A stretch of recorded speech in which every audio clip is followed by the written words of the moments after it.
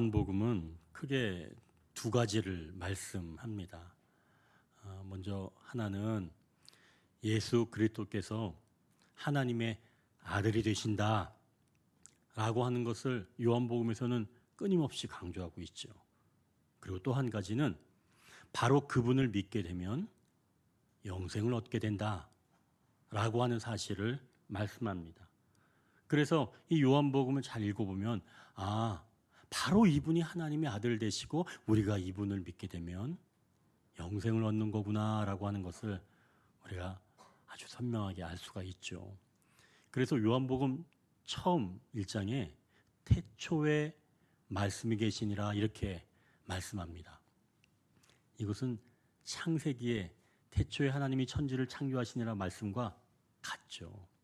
물론 요한복음에서 말씀하는 그 태초는 창세기에서 말씀하는 태초보다 더 앞서 있는 겁니다. 왜 그러냐면 예수님은 창조물보다 모든 피조물보다 먼저 나시기 때문에 이 요한복음에서 나오는 태초는 그보다 훨씬 앞서는 그런 태초이지요.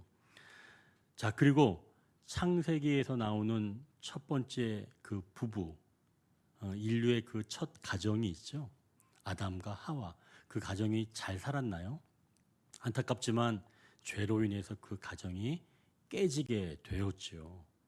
그런데 요한복음에서는 그 깨진 가정을 살리는 것을 보여주시려고 2장에서는 가나의 혼인잔치 사건을 보여줍니다. 가나의 혼인잔치에서는 하객들이 마셔야 할 포도주가 다 떨어지고 없게 됩니다. 그러면 그 결혼식은 파탄나게 되죠.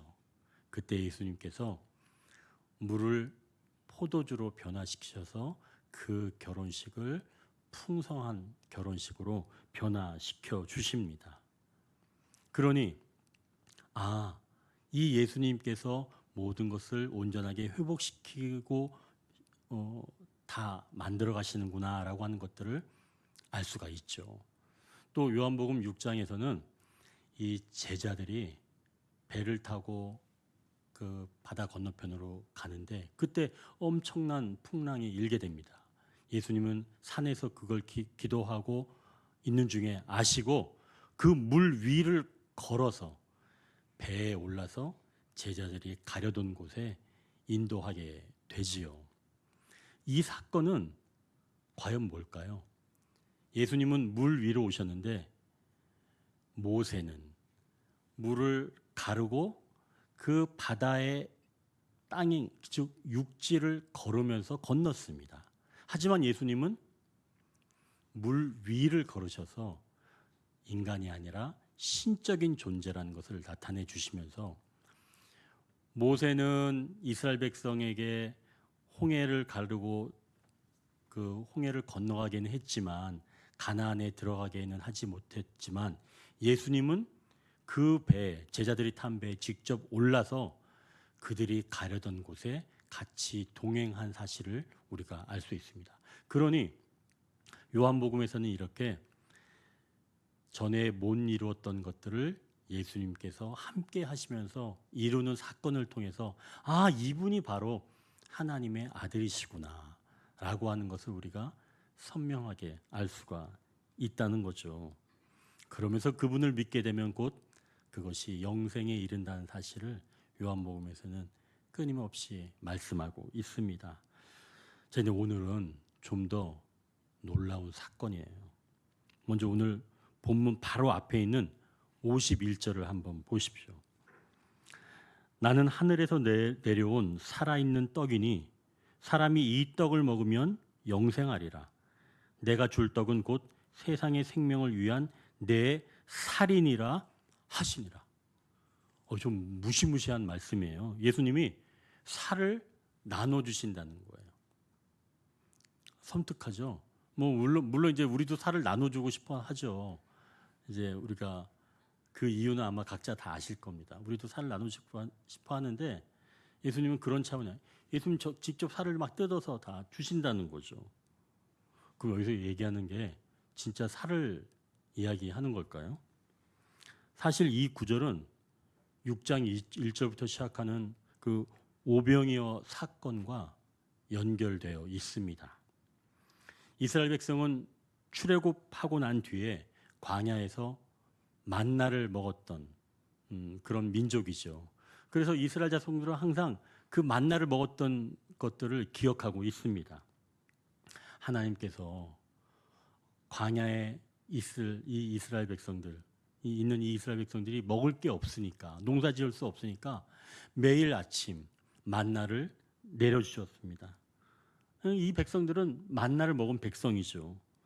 그래서 이 이스라엘 백성들은 우리는 하늘에서 내려온 만나를 먹은 백성이다라고 하는 그런 자부심이 있었습니다.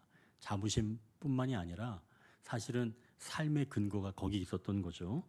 그러니 항상 이들은 하늘에서 내려오는 그런 만나를 그리워하며 살았습니다. 그러면서 계속 하나님께서 다시 계속 그러한 놀라운 축복을 내려주시기를 기대하며 살았던 민족이 바로 이스라엘 민족이죠. 자, 그 이스라엘 백성들이 광야에서 만나를 처음 먹었을 때는 꿀처럼 답니다라고 그렇게 말을 했죠. 그런데 이 시간이 지나자 이 맛이 없다고 좀 투덜대기 시작을 했습니다.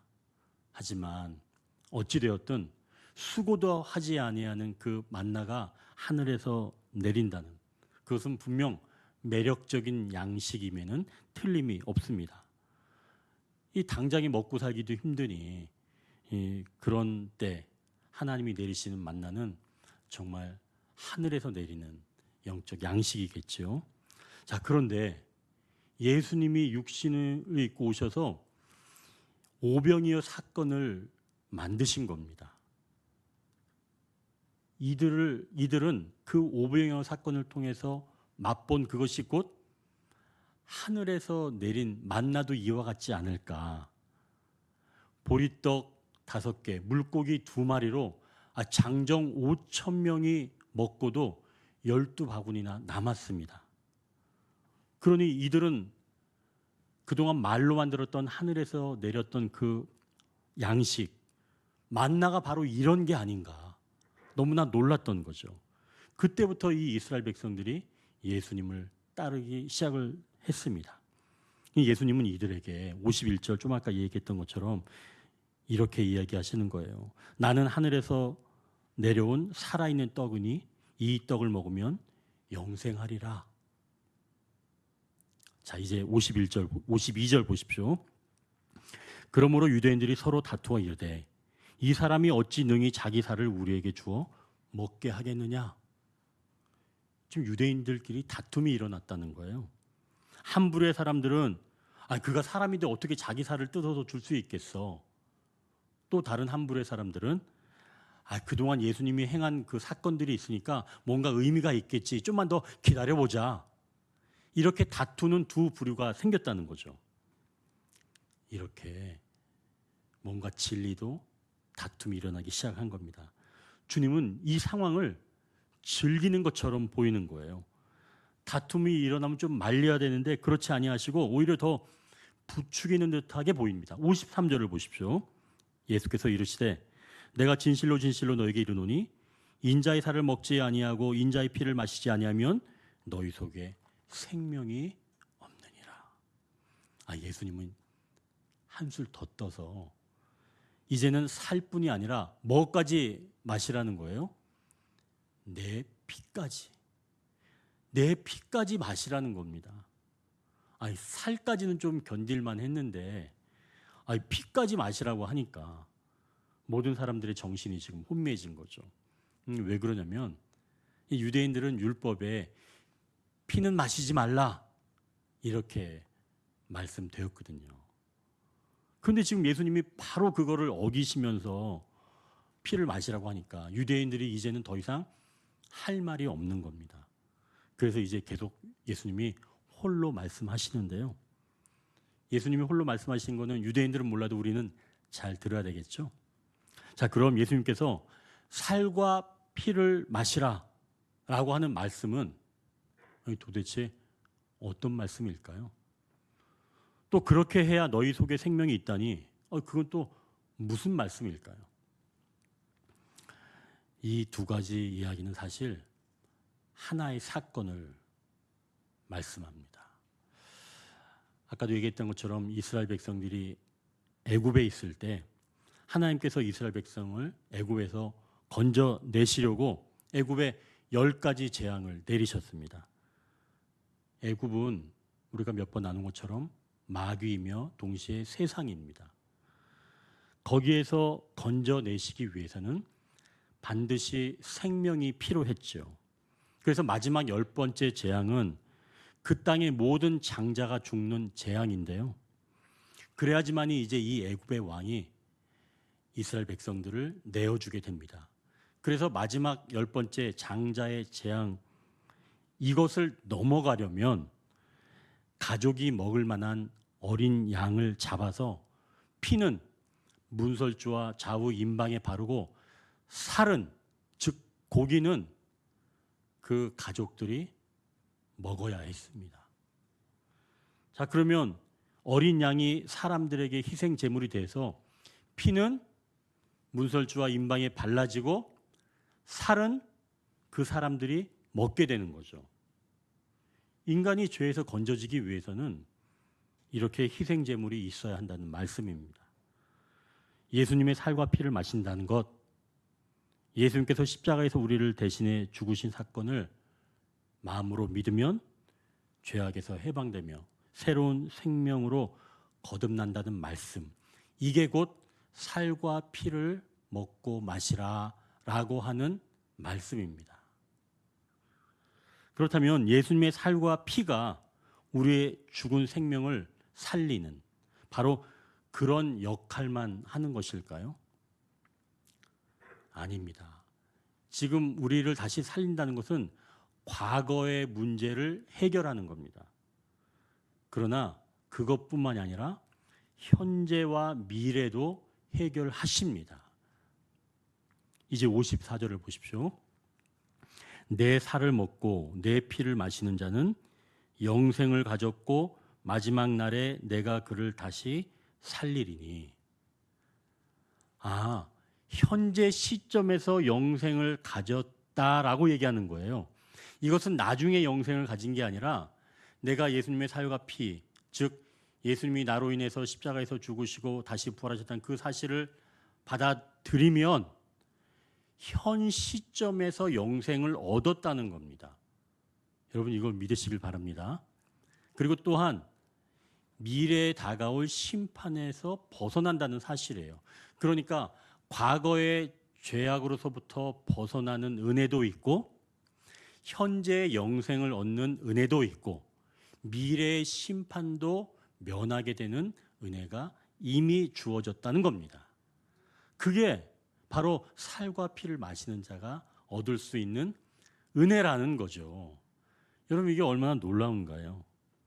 자, 그럼 이때 질문이 나오겠죠. 목사님, 저는 현재 삶이 중요해요. 지금 어려운 삶을 어떻게 좀 살아갈 수 있을까요? 이런 질문이 있다면 먼저 우리는 주님의 보혈이 뿌려진 자입니다. 이걸 마신 자이죠. 보혈은 죄를 처리합니다. 혹시 여러분 죄를 처리하였다 이런 것들을 여러분 어떻게 받아들이시나요? 죄를 처리한 게 그게 대단한 건가요? 여러분 혹시 이걸 이렇게 받아들이시나요? 보혈이 죄를 처리했다고 해서 내 삶이 달라지기라도 합니까? 아마 이렇게 반문하실 수도 있겠죠. 그러나 보혈이 우리의 죄를 처리했다는 것은 정말 엄청난 사건입니다. 이거는 말로 할 수 없는 은혜 중에 은혜인 거예요. 보혈이 죄를 처리했다. 여러분 오늘 우리가 이것만 기억을 해도 엄청난 사건입니다. 그럼 도대체 죄가 보혈이 어떤 역할을 하고 또 죄가 어떤 역할을 하길래 이것이 어마어마한 사건인가? 우리가 이것을 좀 기억할 필요가 있습니다. 먼저 그러면 죄는 우리에게 어떤 역할을 하는가? 죄가 우리에게 들어오면 어떤 역할을 하는가? 우리가 세 가지 방면으로 어려움을 찾을 수가 있습니다. 이 죄를 지으면 그때 이 세 가지 방면으로 어려움이 있다는 거죠. 먼저는 하나님과 분리되는 겁니다. 하나님은 죄를 가까이 할 수가 없는 분이죠. 그래서 죄인은 하나님께 나아갈 수가 없는 겁니다. 아담도 하와도 마찬가지고 가인도 그랬지요. 그래서 그들은 동산에서 추방당했습니다.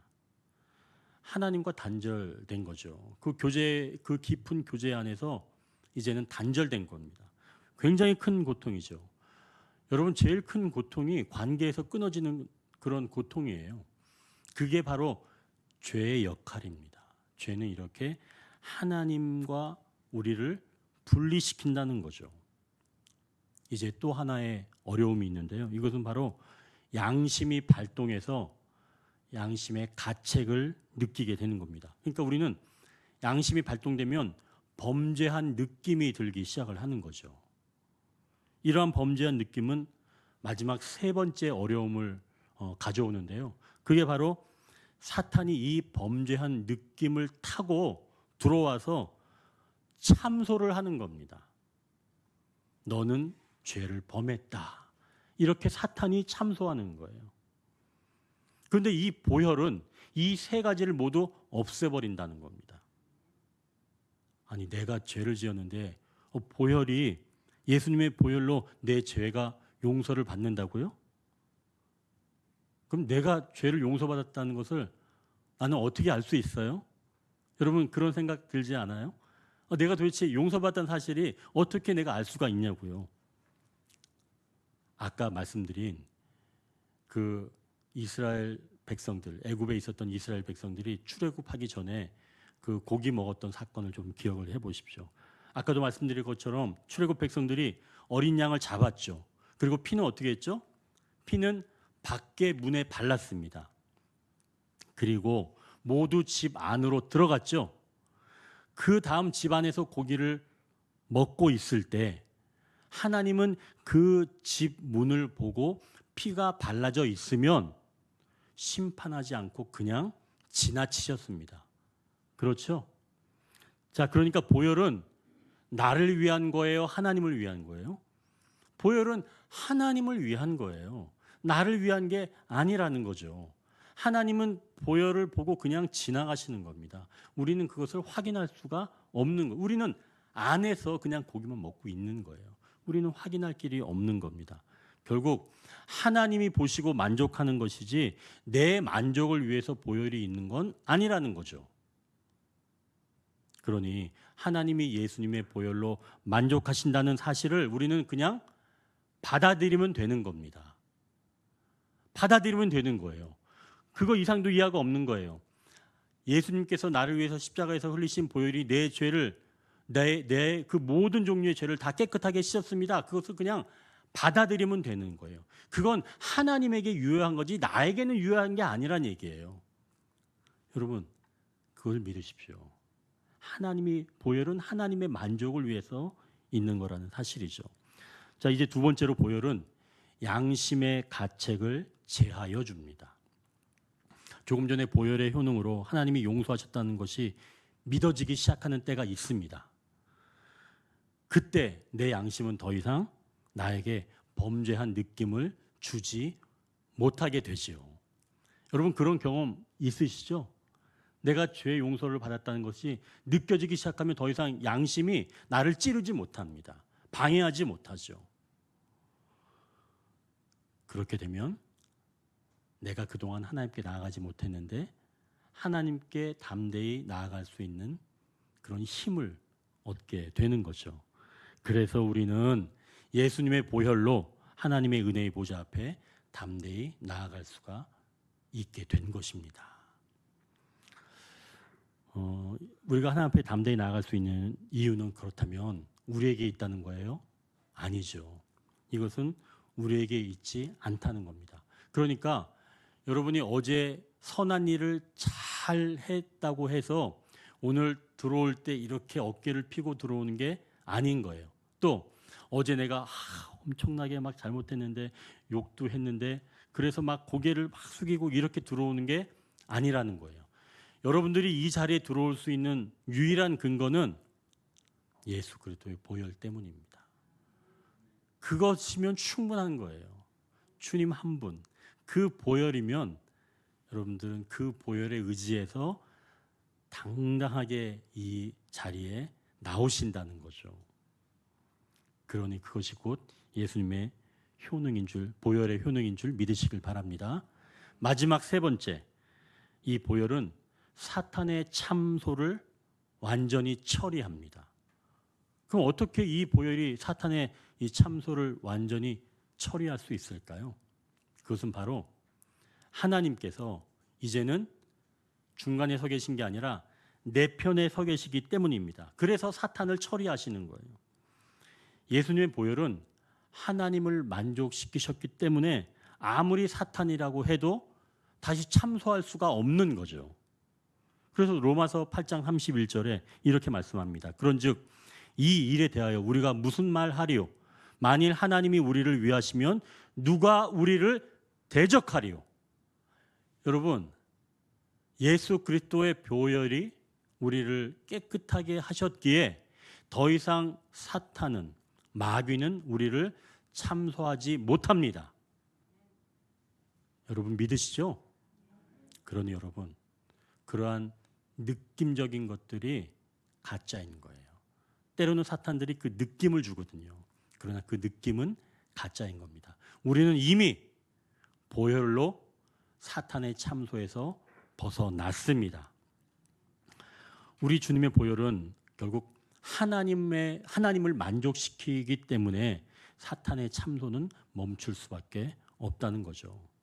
그러니 예수님의 보혈은 한 번 흘리셨는데 그것이 영원한 효력이 있다는 말씀입니다. 그것으로 족하다는 거예요. 그러니 여러분 기억하십시오. 예수님이 십자가에서 우리를 위해 죽으시면서 흘리신 보혈은 세 가지 방면으로 우리를 회복시켜 주십니다. 첫 번째, 하나님과 분리된 그 상태에서 회복시켜 주시고, 또 하나는 내 양심의 눌림에서 회복시켜 주시고, 세 번째는 사탄의 참소로부터 벗어나게 하십니다. 아멘. 자, 그럼 예수님의 살과 피를 우리가 얼마나 자주 먹고 마셔야 할까요? 즉 예수님의 십자가에서 죽으심과 그 보혈을 얼마나 자주 의지해야 할까요? 55절은 우리가 같이 읽겠습니다. 내 살은 참된 양식이요 내 피는 참된 음료로다. 아멘. 여러분, 양식과 음료, 여러분은 언제 먹고 마시세요? 1년에 한 번? 여러분 1년에 한 번 드세요? 양식이랑 음료를? 음료는 제가 알기로는 수시로 먹죠. 1년에 한 번 음료 먹지 않잖아요. 목이 마르면 우리 계속 먹잖아요. 물을. 그것처럼 예수님의 피는 참된 음료다. 즉 우리가 갈증이 난다면 그때마다 마셔야 되는 거예요. 배고프면 그때가 먹는 게 살이에요. 그러니 이것은 늘 우리의 필요에 따라 취해야 되는 겁니다. 아시겠죠? 여러분, 예수님의 살과 예수님의 보혈은 우리가 어쩌다 필요한 게 아니라는 거예요. 늘 우리 옆에 있어야 된다는 얘기죠. 그런데 인간은 연약해서 구원의 은혜와 보혈의 가치를 자주 잃어버리죠. 죄에 빠져 하나님과 관계가 끊어진 것 같은 느낌이 들 때면 양심의 가책이 들고, 이로 인해서 사탄은 끊임없이 우리를 참소합니다. 우리는 그때마다 예수님의 살과 피를 먹고 마셔야 한다는 것이죠. 좀 전에 얘기했던 것처럼 마치 양식과 음료처럼 자주 늘 가까이 있어야 한다는 사실입니다. 그런데 사실 그보다 더 가까이 있어야 되는 거예요. 그래서 56절, 57절을 한번 보십시오. 우리가 같이 읽겠습니다. 56절, 57절. 내 살을 먹고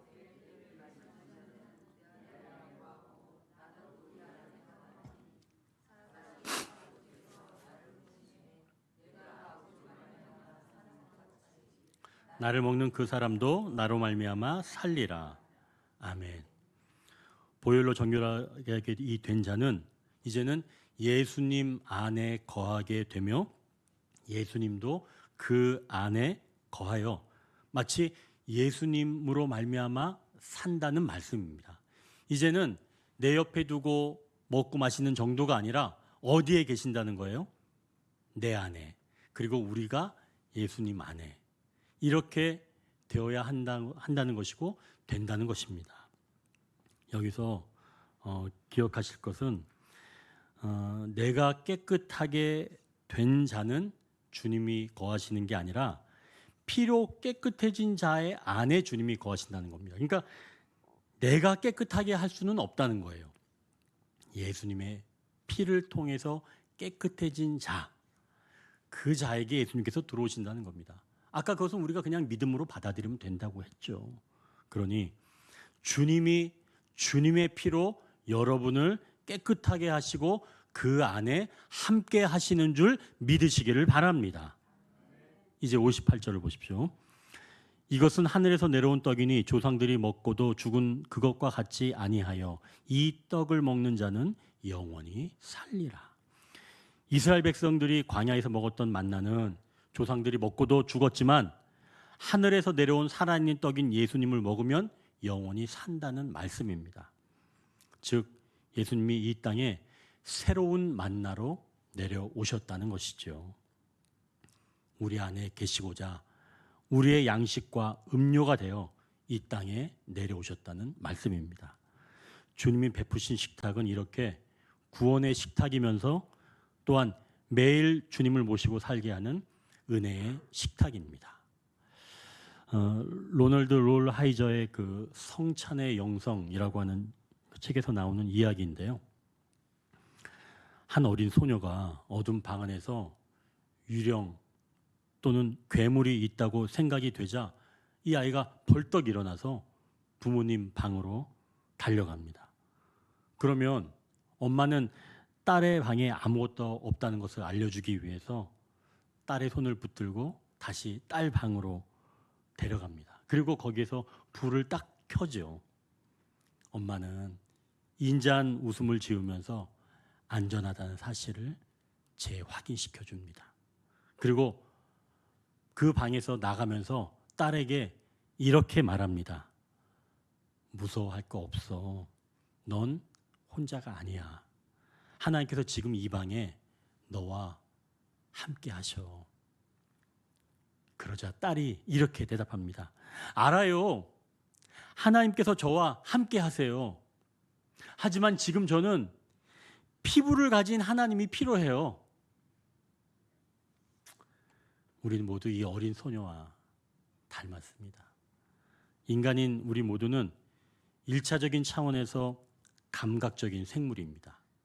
만지고 보고 듣고 또 맛보는 그런 감각적인 생물인 거죠. 결국 우리는 천사가 아닌 거죠. 우리는 영으로만 되어 있는 존재가 아니라 몸을 가진 영혼입니다. 그래서 우리에게는 만질 수도 있고 볼 수도 있고 들을 수도 있고 맛볼 수도 있고 냄새 맡을 수도 있는 것들이 필요하다는 거죠. 특별한 경우이긴 하지만 가끔 이것은 하나님 관계에서도 맞는 말입니다. 때로는 우리가 물리적으로 접촉할 수 있는 하나님을 필요로 합니다. 이러한 우리를 하나님은 존중해 주셔서 하나님은 예수 그리스도를 이 땅에 육체로 옷 입고 오게 하셨고 또 이 땅에서 사역을 마치시고 부활하셔서 하늘에 오르셨지만 여전히 우리의 필요를 아시고 주님의 살과 피로 준비하신 이 성찬으로 우리를 초대하신다는 거죠. 이 성찬의 의미를 우리가 이제 알게 되었으니 이제 우리가 성찬에 함께 참여하기를 원합니다.